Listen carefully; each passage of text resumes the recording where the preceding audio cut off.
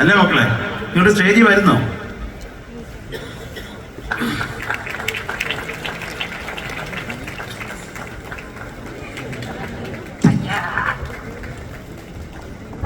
വല്ല സ്ഥലത്തുനിന്നും കൊടുത്തോണ്ട് വന്ന് തെരഞ്ഞു പച്ച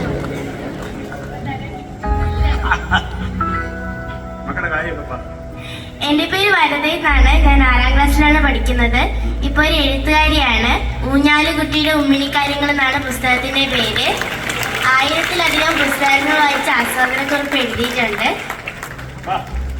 ചുമ്മാ പേടിപ്പിക്കല്ലേ കൊച്ചേ. മക്കളെ, ഞാനൊക്കെ പഠിക്കാൻ മണ്ടനായിരുന്നതാ കേട്ടോ.